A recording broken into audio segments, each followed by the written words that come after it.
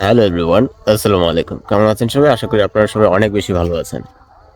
তো যেটা বলতেছিলাম, আজকের সমাজে বিশ্ববিদ্যালয় পড়ুয়া অনেক যুবক যুবতীরা আপনারা দেখতে পাবেন দীর্ঘ সময় ধরে পড়াশোনা ও কেরিয়ারের গঠনের যে পথে রয়েছেন। বিশেষ করে অনার্স মাস্টার শেষ করতে করতে অনেকের জীবনের গুরুত্বপূর্ণ সময়গুলো কেটে যাচ্ছে এবং সেখানে বাস্তবতাটা হলো কি জানেন? এই দীর্ঘ অপেক্ষার সময়ে তারা নানা মানসিক ও শারীরিক চাপে পড়ে যায় এবং যেগুলো নিয়ে খোলাখুলি কথা বলা হয় না।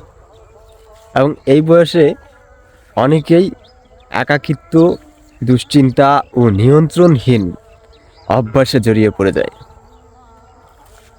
এখন যে বিষয়গুলো তারা নিজেরাও অনেক সময় স্বীকার করতে পারছে না, কাউকে বলতেও সাহস পায় না।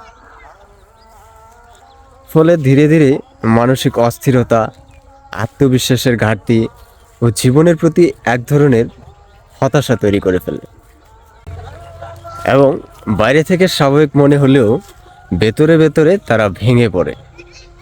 আমাদের সমাজে প্রচলিত ধারণা হলো পড়াশোনা শেষে চাকরি নিশ্চিত, তারপর বিয়ে করতে হবে।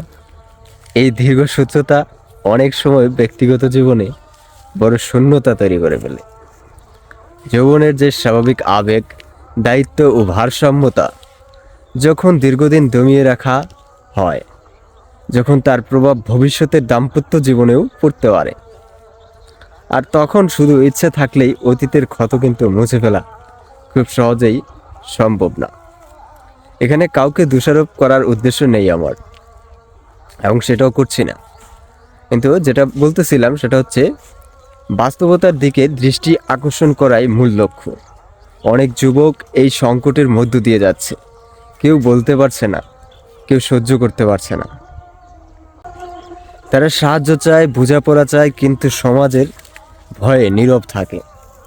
এই প্রেক্ষাপটে বিয়ের ক্ষেত্রে দায়িত্বশীলতা, সিদ্ধান্ত নেওয়া অনেক বেশি জরুরি।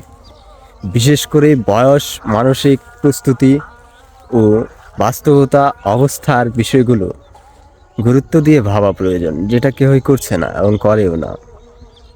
তো নিজের সীমাবদ্ধতা ও সক্ষমতা না বুঝে কারো জীবনে বড় সিদ্ধান্ত চাপিয়ে দেওয়া কারোর জন্যই কল্যাণকর নয় কিন্তু। এবং যেটা বলছিলাম, কথাগুলো কারো কাছে কঠিন বা অস্বস্তিকর লাগতেও পারে, কিন্তু সমস্যাকে অস্বীকার করলে তা আরও গভীর হয়। সময় এসেছে বাস্তবতা মেনে নিয়ে খোলামেলা মানবিক ও সচেতন আলোচনা। তবে আমরা ব্যক্তিগত জীবন এবং সমাজকে সব কিছুর জন্যই একটি সুস্থ পথ খুঁজে দিতে বা খুঁজে পেতে সাহায্য করতে পারি। আশা করি আপনারা আমি কি বোঝাতে চেয়েছি আপনারা বুঝতে পারছেন।